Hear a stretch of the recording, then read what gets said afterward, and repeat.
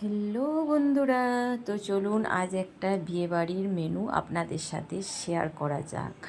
প্যান্ডেলের বিশেষ কিছু আমি ভিডিও করতে পারিনি, কারণ আমাদের সব সময় ধান্দা থাকে ফার্স্ট ব্যাচ পরিষ্কার পরিচ্ছন্ন, আগে খেয়ে নিই তারপর এনজয় করব। তো ছেলেও ভিডিও করছি বলে বিরক্ত করছে। তো ফার্স্টে দিয়ে গেল পাতা, এক বোতল জল, তার সাথে সস, তার সাথে স্যালাড। স্যালাড পড়ার সাথে সাথেই দিয়ে চলে গেল ভেজিটেবিল চপ।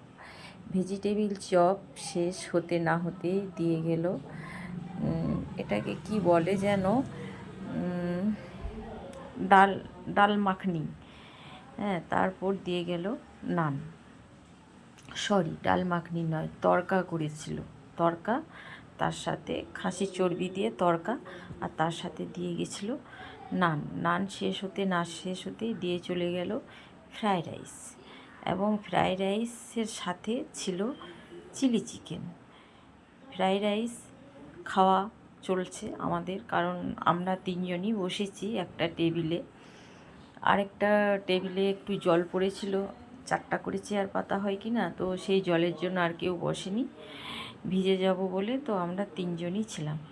তো ফ্রায়েড রাইস চিলি চিকেন শেষ হতে না হতে আবার আমাদের পাতে দিয়ে চলে গেল গরম গরম ভাত। আমি ফ্রায়েড রাইসটা সম্পূর্ণ শেষ করতে পারিনি, কারণ আমার খাওয়া দাওয়া একটু আস্তে।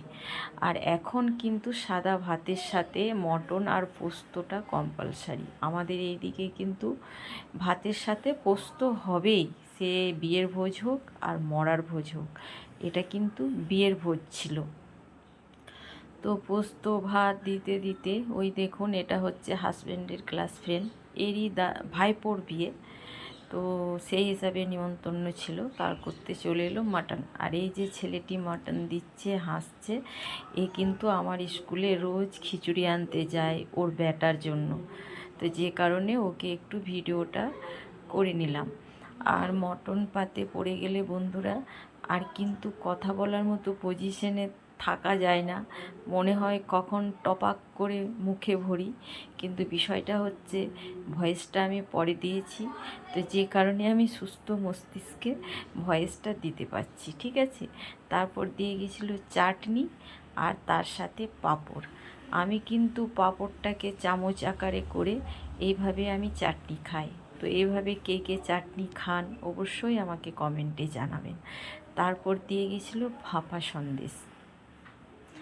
ভাপা সন্দেশ খেতে না খেতেই আবার কিন্তু সাদা মিষ্টি আমাকে আরেকটা দিতে চেয়েছিল, আমি নিইনি, কারণ আমার কিন্তু আর পেট ছিল না।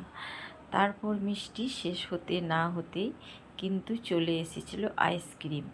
আর আমার চিরাচরিত স্বভাব, আমি মিষ্টি নিংড়েই খাই, ঠিক আছে, কারণ এক্সেস সুগার বাড়িয়ে লাভ নেই। সুগার আমার নেই, কিন্তু মিষ্টির রসটা খেয়ে তো সেই তো ব্লাডেই তো অ্যাড হবে অতিরিক্ত মিষ্টিটা, তো যে কারণে আমি মিষ্টিটা নিংড়ে খাই। তো সকলে ভালো থাকবেন, টাটা।